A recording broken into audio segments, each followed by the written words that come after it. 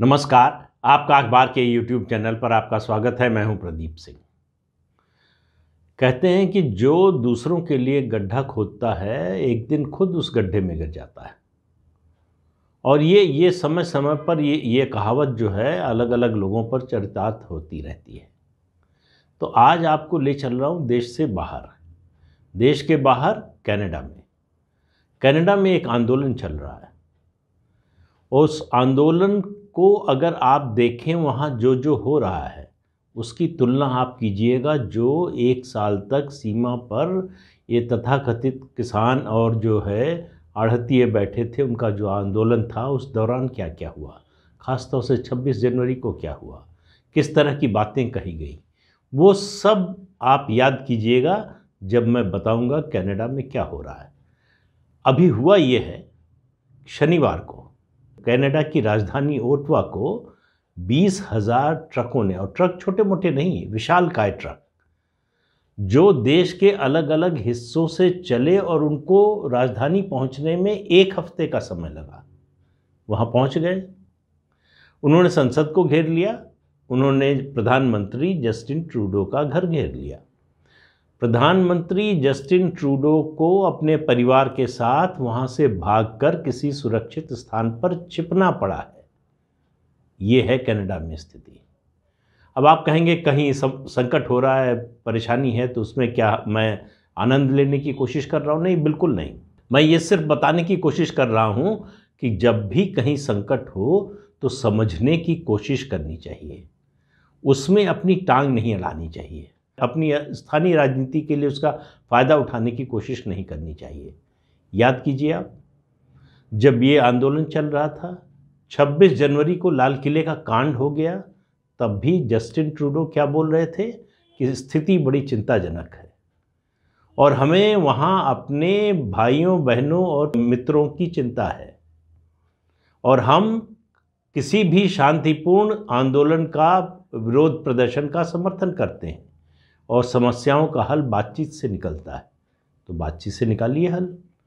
आंदोलन तो अभी वहाँ हिंसक नहीं हुआ, 26 जनवरी को तो यहाँ हो गया था, उसके अलावा भी हो गया, कई घटनाएं हुई, बता चुका हूँ आपको बार बार, उसको रिपीट नहीं करूँगा।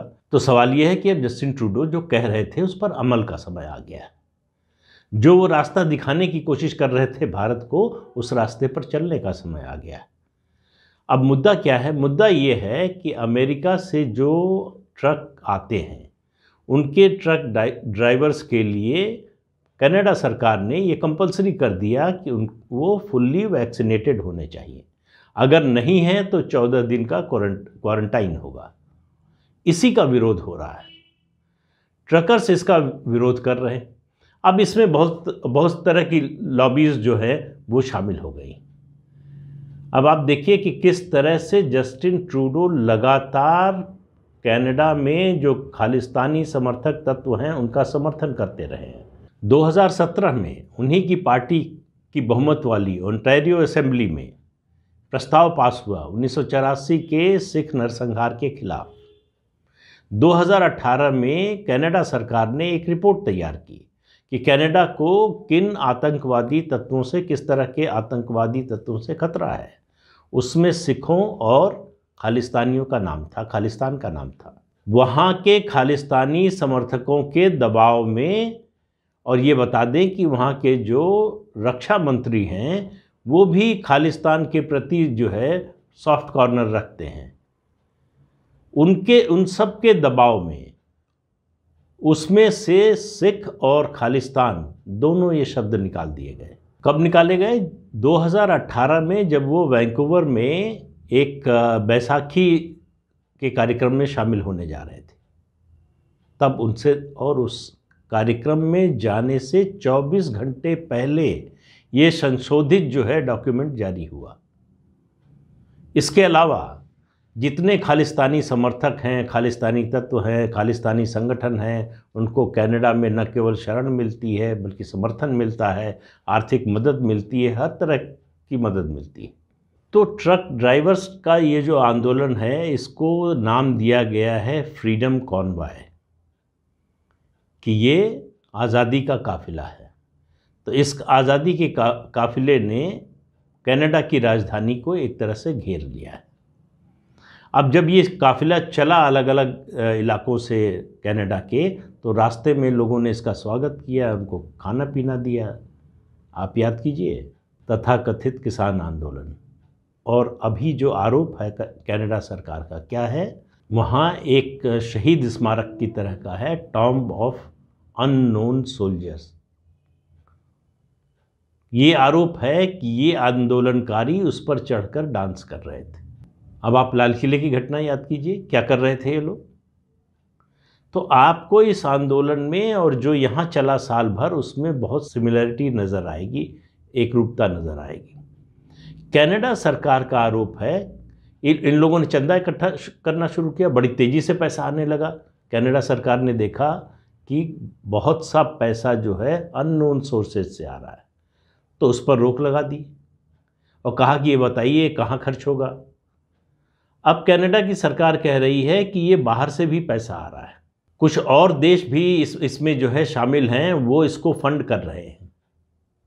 अब याद कीजिए आप किसान आंदोलन, फिर से कह रहा हूँ, आपको कदम कदम पर इसमें इन दोनों आंदोलनों में एक समानता नज़र आएगी। एक एमपी है कनाडा के, जगमीत सिंह जिम्मी, उन्होंने तो जाहिर तौर पर विरोध किया इस आंदोलन का, लेकिन उनके ब्रदर इन लॉ हैं जगमीत धालीवाल, उन्होंने $13,000 का चंदा दिया और समर्थन कर रहे हैं। ये खालिस्तानी समर्थक हैं, खालिस्तान का समर्थन करने वाले हैं, उस आंदोलन को फंड करने वाले लोग हैं। ये पिछले दिनों जब कैप्टन अमरिंदर सिंह पंजाब के मुख्यमंत्री थे, तो भारत आए थे, मुख्यमंत्री से मिलना चाहते थे। कैप्टन अमरिंदर सिंह ने मिलने से मना कर दिया कि मैं राष्ट्र विरोधी तत्वों से नहीं मिलता। आप इससे अंदाज़ा लगाइए कि क्या फ़र्क है कैप्टन अमरिंदर सिंह और बाकी नेताओं में। जो राष्ट्रवाद का मुद्दा जिसकी बात करते हैं कैप्टन अमरिंदर सिंह, वो कोई खोखला मतलब राजनीतिक नारा नहीं है, उसमें उनका कन्विक्शन है। इसके अलावा जस्टिन ट्रूडो के मतलब जो कुकर्म हैं उनकी फहरिस्त बड़ी लंबी है। टोरंटो में एक कार्यक्रम में वो शरीक हुए जो खालिस्तानी समर्थकों का था, वहाँ खालिस्तान के झंडे लगे, वहाँ भिंडरावाला का पोस्टर लगा, उनको तब तक कोई एतराज़ नहीं था। अब अपने ऊपर पड़ी है तो समस्या नज़र आ रही है। जिस तरह से यहाँ आंदोलन हुआ उससे तुलना कीजिए। अब जो ट्रकर्स हैं, ये जो आंदोलन कर रहे हैं, इनकी मांग है कि कनाडा में जितने हेल्थ रूल्स हैं उन सबको ख़त्म कर दिया जाए, यानी जो कानून बने हैं उनको वापस ले लिया जाए या निरस्त कर दिया जाए। ये मांग कर रहे हैं। अब वहाँ की इंटेलिजेंस को और वहाँ की पुलिस को, वहाँ की सरकार को इस बात का रोज़ बरोज़ और घंटे दर घंटे इस बात की उनको आशंका बढ़ती जा रही है कि आंदोलन हिंसक रूप ले सकता है। अब इस आंदोलन में और लोग भी कूद पड़े हैं। अब ये आंदोलन जो है सरकार विरोधी आंदोलन में बदल रहा है धीरे धीरे। इस आंदोलन का समर्थन जो है एलन मस्क कर रहे हैं, जो अमेरिका के उद्योगपति हैं, जिनकी ख्याति सबसे ज़्यादा उनकी अपनी जो इलेक्ट्रिक कार है उसकी वजह से है, वो समर्थन कर रहे हैं। डोनाल्ड ट्रंप जो अमेरिका के पूर्व राष्ट्रपति थे, उनका बेटा कर रहा है। इसके अलावा और जगहों से समर्थन आ रहा है। अब जस्टिन ट्रूडो को पता चल रहा है कि वो भारत के साथ क्या कर रहे थे। वो जो दवा भारत को दे रहे थे, अब उसका स्वाद उनको पता चल रहा होगा।